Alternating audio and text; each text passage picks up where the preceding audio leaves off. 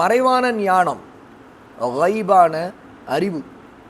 இந்த கைபை பற்றிய என்னென்ன மறைவான இருக்குதோ, எதிர்காலத்தை பற்றிய அறிவு, வானங்கள் பூமியில் இருக்கிற வேறு விஷயங்கள், இப்படி எதுவாக இருக்கட்டும், இதை பற்றிய அறிவு அல்லாஹ் சுப்ஹானஹு வ தஆலாவுக்கு மட்டும்தான் உண்டு.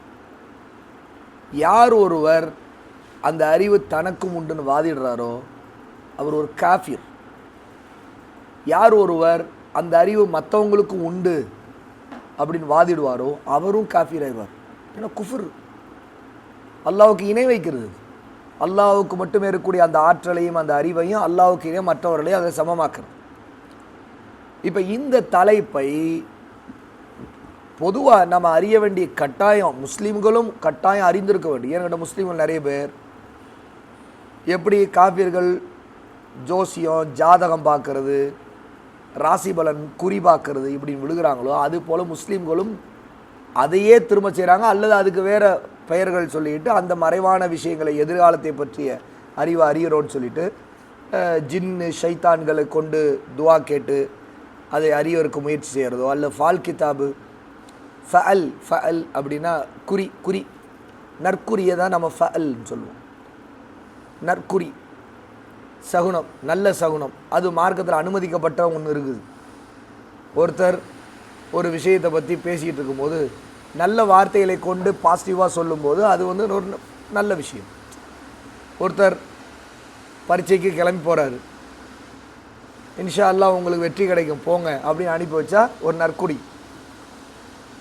என்ன ஆவையோ தெரியல அப்படின்னு சொல்லி போ நீலாம் தேரவே மாட்ட அப்படி அனுப்பி வச்சா அது ஒரு வித விரும்பத்தகாத விஷயம் தானே. ஆனால் அது நம்ம சகுனமாக நம்ப மாட்டோம். ஆனால் பாசிட்டிவாக பேசுகிற நல்ல வார்த்தைகள் நமக்கு நற்சகுனம், அதான் ஃபஅல். இந்த மாதிரி நற்சகுனம் தெரிவதற்காகங்கிறதுக்காக கிதாபு போட்டு அதில் நியூமராலஜி கணக்கு போட்டு இப்படிலாம் ஒரு ஜோசியை பார்க்குற மெத்தடு முஸ்லீம்கள்ட்ட இருக்குது. ஃபால் கிதாப் போடுறதுன்னு சொல்லி, அது பால் கிதாப் இல்லை, ஃபால் கிதாப் இல்லை, ஃபஅல் அப்படிங்கிறது நற்குறி பார்க்கிறது. இதுக்காக கிதாபெல்லாம் வச்சுருக்கிறாங்க. அதில் நிறைய அது ஒரு நியூமராலஜி கணக்குப்படி அதில் பார்ப்பாங்க. கல்யாணம் பண்ண போகிறது எப்படி இருக்கும், அது எல்லாம் ஜோசியம் தான் ஆக்சுவலி. அது ஃபஅல் இல்லை, மார்க்க சொல்லியிருக்கிற ஃபஅல் இல்லை. இந்த மாதிரி அவர் மை போட்டு பார்க்கறது, தொலைந்தது எங்கே இருக்கும் அப்படின்ட்டு ஜின்னு ஷைத்தானோட உதவி கேட்டு பார்க்கறது, இந்த மாதிரிலாம் இது எல்லாமே மறைவான ஞானம் படைப்புகளுக்கு உண்டுங்கிற நம்பிக்கையில் அல்லது அந்த வாதத்தை பண்ணக்கூடியவன்ட்ட ஒரு சிகிர் செய்யக்கூடிய சூனியக்காரன், இப்படி ஜோசியக்காரன் அவன்கிட்ட கேட்குறது, இது எல்லாமே குஃப்ரானவை. இப்போ மறைவான ஞானம் கைபு, இல்முல் கைபு, இந்த அறிவு அப்படின்னா என்ன? எதிர்காலத்தில் நடக்க இருக்கக்கூடிய நிகழ்வுகள், இறந்த காலத்தில் நடந்து முடிந்த மனிதர்களுக்கு தெரியாத விஷயங்கள், இவற்றைத்தான் மறைவானவை அல் கைபுன்னு சொல்லப்படும். ஷேக் ஃபௌசான் சொல்கிறாங்க, அல்லாஹு தஆலா இது தனக்கு மட்டுமே உண்டு என்று சொல்லியிருக்கிறான். குல் லா யஅலமு மன் ஃபிஸ் ஸமாவாதி வல் அர்தில் கைப இல்லல்லாஹ். அல்லாஹ்வை தவிர வானங்களில் பூமியில் உள்ளவர்கள் எவரும் மறைவானவற்றை அறிய மாட்டார்கள். லா யஅலமு அப்படின்னு அல்லாஹ் சொல்லிட்டான். அப்போ இதை நம்ம ஈமான் கொள்ளணும்னா யார் அறிய மாட்டாங்கன்னா எதுக்கு போய் மற்றவங்கள்ட்ட கேட்குது? அப்போது இதை அல்லாஹ் தஆலா சூரா அன்-நம்ல் 27வது சூறாவுடைய 65வது ஆயத்தில் சொல்லியிருக்கிறான். அப்போ அல்லாஹ்வுக்கு மட்டும்தான் மறைவான ஞானம் உண்டு அப்படின்னு தௌஹீதை ஈமான் கொண்ட ஒரு முஸ்லீம், அல்லாஹ்வை ஈமான் கொண்டவர் இதை உறுதியாக நம்பிக்கை கொள்ளணும். அதே வேளை ஷேக் ஃபௌசான் குறிப்பிட்டார், சில மறைவான விஷயங்களை சில நோக்கங்களுக்காக அல்லாஹ் தனது தூதர்களுக்கு அறிவித்து கொடுப்பான். அல்லாஹ்வா அறிவித்து தூதர் நமக்கு சொல்கிறாங்க அப்படின்னா அதில் சில நோக்கங்கள் அல்லாஹ் வச்சுருப்பான். அதனால் அந்த தூதர் மறைவான விஷயங்களை அறிவிப்பார் நமக்கு. அந்த தூதர் தன்னுடைய சொந்த அறிவை கொண்டு அறிவிக்கிறது இல்லை, அவருக்கு எந்த ஆற்றலும் இல்லை, அல்லாஹ்விடமிருந்து வஹீன் மூலமாக அறிவிப்பார். அதை அல்லாஹ் குர்ஆனில் குறிப்பிட்றான் பாருங்கள். 72வது சூரா அல் ஜின்னு நினைக்கிறேன். ஆலிமுல் கைபி ஃபலா யுத்ஹிரு அலா கைபிஹி அஹதா இல்லா மன் இர்ததா மிர் ரசூலின். அவன் மறைவானவற்றை அறிகின்றவன், எனவே தான் மறைத்திருக்கின்ற விஷயங்களை ஒருவருக்கும் அவன் வெளிப்படுத்த மாட்டான். தூதரில் தான், அதாவது ரசூலில் தான் தேர்வு செய்து பொருந்தி கொண்டவருக்கே தவிர. அல்லாஹ் தஆலா ஒருவருக்கு அறிவிக்கிறான்னா அவர் அல்லாஹ்வால் தேர்ந்தெடுக்கப்பட்ட ஒரு ரசூலாக, நபியாக இருப்பார். அவருக்கு அல்லாஹ் தான் பொருந்தி கொண்டு திருப்தி அடைந்திருப்பதா அவருக்கு அறிவிப்பான். அவர் மற்றவர்களுக்கு, மக்களுக்கு சொல்வார். இப்போ ரசூல் ஸல்லல்லாஹு அலைஹி வஸல்லம் எவ்வளோ மறைவான விஷயங்களை நமக்கு அறிவித்திருக்கிறாங்க. கடந்த காலத்தில் நடந்தவை, எதிர்காலத்தில் நடக்க போகிறவை. அப்போ ரசூல்லாவுக்கு மறைவான ஞானம் இருக்குன்னு அர்த்தம் இல்லை. அல்லாஹ் சொல்கிறான், இல்லா மன் இர்ததா மிர் ரசூலி, அல்லாஹ் தன்னுடைய ரசூலில் தான் பொருந்தி கொண்டவர்களுக்கு அறிவிப்பான் அப்படின்னு சொல்லி அந்த அடிப்படையில் ரசூல்லா அறிவிச்சாங்க. அப்போ தான் தேர்வு செய்த ஒரு தூதர் ரசூல், நபி, அவரை தவிர வேறு யாருக்கும் அறிவிக்க மாட்டான். ஏனென்றால் தாம் ஒரு இறை தூதரே என்பதை நிரூபிக்க அற்புதங்களை அவர் காட்டுவார். யார்? தூதர். அந்த அற்புதங்களில் உள்ளதுதான் இந்த மறைவான விஷயங்களை அவர் அறிவிக்கிறது. அது அல்லாஹ் கொடுக்குற அற்புதம், முஅஜிசாத். அல்லாஹ் தான் அற்புதங்களை நிகழ்த்துறவன். அதற்கு அல்லாஹ் தஆலா அது யார் வழியாக நிகழ்த்துறான்? நபி, ரசூல் வழியா. அந்த மாதிரி எவ்வளோ அற்புதங்கள் நடந்திருக்கு இல்லையா? மூசா அலைஹிஸ்ஸலாத்து வஸலாம் தடியை போட்டால் பாம்பா மாறிச்சு. இது மூசாவுடைய ஆற்றலால் நடந்ததா? இல்லை, அல்லாஹ்வுடைய கட்டளைப்படி நடந்தது. அப்போ அது எப்படி மோஜிசாவோ அதுபோல் மோஜிசாத்தில் உள்ளது தான் மறைவான விஷயங்களை ஒரு நபி அறிவிக்கிறது. அவர் ஒரு நபி தான் அப்படிங்கிறதுக்கு அந்த மறைவானவை உண்மையாக அறியும் போது மக்கள் இவர் எப்படி தெரிஞ்சு இவருக்கு அல்லாஹ் அறிவிச்சிருக்கு. அப்போ அல்லாஹ்வுக்கும் ரசூலுக்கு தொடர்பு இருக்குன்னு உறுதி ஆகிடுதுல. அப்போ அல்லாஹ்வுக்கும் ரசூலுக்கு தொடர்பு இருக்கிற அந்த உறுதி, மக்கள் அந்த மறைவான ஒன்றை இது நடக்கும்னு சொல்லும்போது, அது நடக்கும்போது மக்கள் பார்த்து அது அது ஒரு ஆதாரமாக எடுத்துக்குவாங்க. அப்போ அல்லாஹ் தன் நாடினா அப்படி அறிவிப்பான். அல்லாஹ் அவருக்கு அறிவித்து கொடுப்பதும் இந்த மாதிரியானவை அந்த மோஜிசாத்தில் அடங்குங்கிறாங்க ஷேக் சாலிஹ் அல் ஃபௌசான். இன்னும் வானவர்கள், இறைத்தூதர்கள் வேறு எவனாவது தனக்கு மறைவான ஞானம் இருப்பதாக எந்த வழிமுறைகளை கொண்டு வாதாடினாலும் அவன் பொய்யன், அவன் காஃபிர்.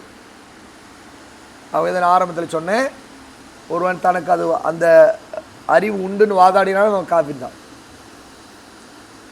அதே மாதிரி வேறு எந்த வழியில் அதை அறிஞ்சாலும் மறைவானதை, எதிர்காலத்தில் நடக்க போகிறதை, அதை ஒருவன் வாதிடுகிறான் என்றால் தனக்கு மறைவான ஞானம் உண்டுன்னு அவன் ஒரு காஃபிர் தான். கை ரேகைகளை பார்த்தோ மையை பார்ப்பதன் மூலமோ வாதிட்டாலும் சரி. ஜின்கள் மூலமாக சிலதை அறிய முயற்சி பண்ணுவாங்க, காஃபிர் தான். ஜின்கள்கிட்ட உதவி தேடி காணாமான பொருள்கள் இன்னது தான், அது இன்ன இடத்தில் தான் இருக்கிறது என்றோ, இந்த நோய் ஏற்பட காரணம் இவன் உனக்கு இப்படி செய்திருக்கிறான் என்றோ சோதிடர்கள், மந்திரவாதிகளும் மறைவான ஞானத்தை தங்களுக்கு வாதிடுகிறார்கள். அவங்களும் காஃபிர்கள் தான். ஜோதிடர்கள், மந்திரவாதிகள், சூனியக்காரர்கள் எல்லாருமே காஃபிர்கள் தான். இது குஃபுர். அது அவங்க பல ஷைத்தான்களை கொண்டு அதை செய்கிறாங்க. இவன் இப்னு தைமியா ரஹிமஹுல்லாஹ் சொல்கிறாங்க, ஜோதிடர்களுக்கு ஷைத்தான்களில் இருக்கக்கூடிய தோழர்கள் இருக்கிறார்கள். எப்படி ஜோசியக்காரன் சொல்கிறான் அப்படின்னா, அவன் ஜின்களிடம் துவா கேட்குறான். அதில் அவனுக்கு கரீன்கள், கூட்டாளிகள் இருக்கிறாங்க. அவர்கள் இறைவனிடமிருந்து திருடி வந்த சில மறைவான செய்திகளை கொடுப்பார்கள். மலக்குகள் வானத்தில் பேசிக்கொள்ளக்கூடிய இனி நடக்க போகிற விஷயங்களை பற்றி பேசும்போது ஜின்கள் ஒட்டு கேட்பாங்க. அதை இனி நடக்க போகிறதுக்கு முன்னாடி இங்கே பூமியில் ஜோசியக்காரன், சூனியக்காரன் அவன் வாயில், அவன் காதில், அவன் உள்ளத்தில் ஷைத்தான்கள் போடுவாங்க. அவன் அந்த அந்த மனநிலையிலே அதை ஒரு உணர்வுபூர்வ அமானுஷிய உணர்வுகளோடு அவன் என்ன செய்யறான், அது உள்வாங்கும் போது அவன் ஒன்று நடக்க போகிறத ஒன்று அறிவான். ஆனால் அதோட பல பொய்களை சேர்த்து எல்லாமே உண்மை போல் காட்டிடுவான். ஒன்று நடக்கிறத மக்கள் பார்த்துட்டாங்கன்னா அவன் 100 சொன்னதில் ஒன்று தான் உண்மையாக இருக்கும், ஆனால் 99 பொய்யாக இருக்கும். ஆனால் மக்கள் ஏமாந்துருவாங்க, எல்லாமே உண்மை தான் சொல்கிறான் அப்படின்னு நினைப்பாங்க. அந்த மாதிரி மறைவான விஷயங்களை திருடி சிலது பொய்யுடன் கலந்து ஜோதிடர்கள் அறிவிக்கிறார்கள். இப்படிப்பட்ட ஜோதிடர்களுக்கு ஷைத்தான்கள் பழ வகைகள், இனிப்பு பண்டங்கள் போன்ற அவ்விடத்தில் இல்லாத உணவுப் பொருட்களை கூட கொண்டு கொடுப்பார்கள். ஜோசியக்காரர்களுக்கும் சூனியக்காரர்களுக்கும் ஜின்கள் தானே ஒரு இடத்துல இருக்கிற பொருளை கொண்டு கொடுக்குறது. எப்படி வந்துச்சு? சீசனே இல்லாதது இந்த பழங்களை தான் அவன் அப்படி தன்னை பெரிய மந்திரவாதியாக காட்டிகிட்டு இருக்கான். ஆனால் ஜின்னு ஷைத்தான்ட்டு அவன் உதவி தேடி இவன் செய்யக்கூடிய குஃபுருக்கெல்லாம் ஜின்கள் திருப்திப்பட்டாங்கன்னா இவனுக்கு இந்த மாதிரி இதெல்லாம் உபகாரம் செய்வான். அதனால் அதை பாமர மக்கள் பார்க்கும்போது ஈமானை இழந்துருவாங்க, குஃபுரில் விழுந்துருவாங்க. இன்றைக்கி நிறைய காப்பீர்கள் தாங்க போலிகள் நிறைய இருப்பாங்க. போலிகளாக இருக்கிறவங்களே சரி, உண்மையான ஜின்னு தொடர்பில் இருக்கிறவங்க சரி, எல்லாருமே காப்பீர்கள் தான். சரியா? ஆனால் விஷயம் என்னன்னு கேட்டால், இதன் மூலமாக இழக்கிறது ஈமானை இழப்பாங்க மக்கள். அப்போ நாம் தெரிஞ்சுக்கணும், ஷைத்தான்களை கொண்டு நடக்கிற விஷயங்கள் இதெல்லாம். ஒன்று அவனே தில்லுமுள்ளு செய்யலாம், அல்லது ஷைத்தானை கொண்டு அவன் உதவி தேடி இது பண்ணியிருக்கிறான் அப்படின்னு சொல்லிட்டு அந்த குஃப்ரை நாம் தெரிஞ்சுக்கணும். அவங்களுக்கு எந்த சுய ஆற்றலாம் இல்லை, இது ஜின்னு ஷைத்தான்கள் மூலமாக செய்கிற விஷயந்தான் அப்படின்னு நாம் அல்லாவோட பாதுகாப்பு தேடணும். அவர்களை சுமந்து கொண்டு மக்கா பைத்துல் மக்திஸ் போன்ற இடங்களுக்கும் செல்கிறார்கள். இதெல்லாம் நடக்கும். இமாம் இப்னு தைமியா ரஹிமஹுல்லாஹ் இதை பற்றி விரிவாக நிறைய எழுதியிருக்கிறாங்க. சரியா? அவுலியா அல்லா அவுலியா ஷைத்தான் கிதாபுலாம், அவுலியா ரஹ்மான், அல்லாவின் நேசரும் ஷைத்தான்களின் நேசருங்கிற கிதாபுலாம், அதில் நிறைய இந்த மாதிரி விஷயங்கள் எப்படியெல்லாம் நடக்குதுன்னு எழுதியிருக்காங்க. எல்லாம் ஷைத்தானை கொண்டு நடக்குது. ஆனால் இந்த மாதிரி செய்கிறவனே தன்னை பெரிய வழி உள்ளான்னு அவுலியான்னு சொல்லி காட்டிக்குவாங்க. ஆனால் அவன் அவுலியா அல்லா இல்லை, அவுலியா ஷைத்தான், ஷைத்தானுடைய நேசர்கள். அதைத்தான் இங்கே ஷேக் சொல்கிறாங்க. ஷேக் ஃபௌசான் இங்கே மேற்கோள் காட்டுறாங்க. இவன் இப்னு தைமியா தன்னுடைய மஜ்மூஅத்து தௌஹீத் கிதாபில் இதை குறிப்பிட்றாங்க அப்படின்ட்டு. அப்போ இந்த மாதிரி அமானுஷிமா இதெல்லாம் எப்படி சாத்தியம் அப்படின்னு நினைக்கிற சில விஷயங்கள் நடக்குது இல்லையா, அதெல்லாம் பார்த்து ஏமாந்துடக்கூடாது. அந்த சம்மந்தப்பட்டவனுக்கு ஏதோ ஆற்றல் இருக்குது அப்படின்லாம் ஏமாந்துடக்கூடாது. ஷைத்தானுக்கு ஒன்று நடக்குது, அவனை பெரிய வலி உள்ளான்னு நினச்சிடக்கூடாது. அதெல்லாம் ஷைத்தானை கொண்டு ஷைத்தானிட உதவி தேடி கெஞ்சி அதுகளை வணங்கி அதன் மூலம் உதவி செய்யுங்க, அவ்வளோதான். அந்த ஷைத்தானில் இவன் கட்டுப்படுத்த முடியாது. ஆனால் இவன் அது கட்டுப்படுவான், வசப்படுவான், அவை உதவி செய்யும். நண்பர்கள், அவ்வளோதான். அவுலியாக்கள், ஒருத்தருக்கு ஒருத்தர் அவுலியா. சில வேளை அவர்கள் வானவியலை அடிப்படையாக கொண்டு காற்று வீசுது, மழை பெய்வது, விலை மாற்றம் போன்ற விஷயங்களை அறிவிப்பார்கள். மறைவான விஷயங்கள் தானே. எப்போ மழை பெய்யும், எப்போ காற்று வீசும், எப்போ விலை ஏறும், விலைவாசி எப்போ ஏறும், இதெல்லாம் கூட அறிவிப்பாங்க. யார்? ஜோசியக்காரர், சூனியக்காரர்கள்.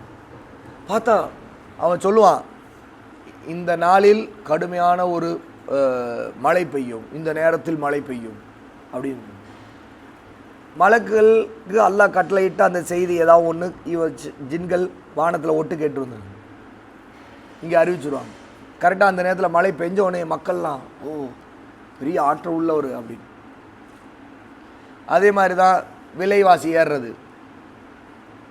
சில விஷயங்கள் ஒரு கால்குலேஷனில் அறிவிப்பாங்க, ஆனால் அது நடக்கலைன்னா அவங்க ஏமாந்துருவாங்க இல்லையா மக்களும்.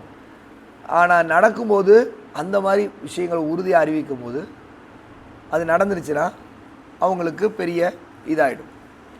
நட்சத்திரங்களின் ஓட்டம், அவை ஒன்றோடு ஒன்று சந்திப்பது, பிரிவது என்பவற்றை அடிப்படையாக வைத்தே இவை அறியப்படுகின்றன என அவர்கள் நம்புகிறார்கள். சரியா?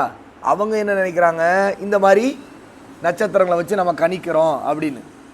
ஆனால் அவர்கள் இன்னென்ன நட்சத்திரங்களை பார்த்து திருமணம் முடித்தால் அல்லது பயணம் செய்தால் அல்லது குழந்தை பெற்றால் இன்னதான் நடக்கும் என்று ஜோதிடம் சொல்வார்கள். இது எல்லாமே ஜின்கள் சைத்தான்களை கொண்டு அவங்க கணிக்கிறது. சிலர் நாளை வைத்தும் கோளை வைத்தும் பலன் சொல்வதும் இதன் அடிப்படையில் தான். ராசி பலன்கள் சொல்கிறாங்கல்ல. சில அறிவினர்களும் பலவீனமான ஈமானை உடையவர்களும் சில வேளை இப்படிப்பட்ட ஜோதிடரிடம் சென்று தமது எதிர்காலம், திருமண வாழ்க்கை போன்றவற்றை பற்றி கேட்பாங்க. எனக்கு எப்போ கல்யாணம் ஆகும், எனக்கு பொண்ணு கிடைக்குமா, அல்லது என் மகளுக்கு மாப்பிள்ளை எப்போ அமையும், அப்புறம் கல்யாணம் பண்ணவங்க எப்போ எங்களுக்கு குழந்தை பிறக்கும், எங்களுக்கு ரொம்ப காலமாக குழந்தை இல்லையே, இந்த மாதிரி பல விஷயங்கள். இதெல்லாம் அவங்க அறிவிக்கும் போது மக்கள் குழம்பு போயிடுவாங்க. இப்படிப்பட்டவர்கள் மறைவான ஞானத்தை வாதிடுவோரும் அவர்களை மெய்ப்பிப்போரும் முஷ்ரிக், காஃபிர் என்பதை உணர்ந்து கொள்ள வேண்டும். யார் இதெல்லாம் நம்புகிறாங்களோ, இப்படி நம்பும்படி சொல்கிறாங்களோ அவங்கெல்லாம் முஷ்ரிக்கும் காஃபிரும் தான். ஏனெனில் அவர்கள் அல்லாஹ்வுக்குரிய மறைவான ஞானம் தமக்கும் இருப்பதாக வாதிடுகிறார்கள், கூறிக்கொள்வதோடு அல்லாஹ்வுடன் கூட்டு சேர்க்கிறார்கள். யார் அவங்க இணை வைக்கிறாங்களோ அவங்கள அல்லாஹ்வுக்கு இணையாக்குறாங்க. நட்சத்திரங்களை பொறுத்தவரை அவை படைக்கப்பட்டு ஒரு கட்டுப்பாட்டுக்குள் இயங்கக்கூடியவை. அவற்றிற்கு நல்லது கெட்டது வாழ்வு மரணம் என்பவற்றை கூற எந்த சக்தியும் இல்லை. இவை அனைத்தும் செய்திகளை திருடும் ஷைத்தான்களின் வேலைகள் தான், தீய வேலைகள் தான். நட்சத்திரங்களை கொண்டு நாங்கள் இதெல்லாம் கணிச்சோம், இந்த நட்சத்திரம், இந்த கோழி, இந்த கரகம் இங்கேருந்து மாறிச்சு, ராகு கேது, என்னது சுக்கிரன் சந்திரன், இப்படி நிறைய சொல்லுவாங்க. இது எல்லாமே நட்சத்திரங்களுக்கு எந்த அறிவும் இல்லை. ஆனால் நட்சத்திரங்களை வச்சு ஷைத்தான் போடக்கூடிய அந்த விஷயங்களை தான் இவங்க இப்படிலாம் இந்த தீய காரியங்களை செய்கிறாங்க. அப்போது மறைவான ஞானம் அல்லாஹ்வுக்கு மட்டும்தான் உண்டு. யார் தனக்கு உண்டுன்னு வாதிடுறா அவங்கெல்லாம் காஃபிர்கள், அதில் பெரிய குஃப்ரான விஷயங்கள் அப்படின்னு ஷேக் அவர்கள் இதில் நம்ம குறிப்பிட்றாங்க, புரிய வைக்கிறாங்க.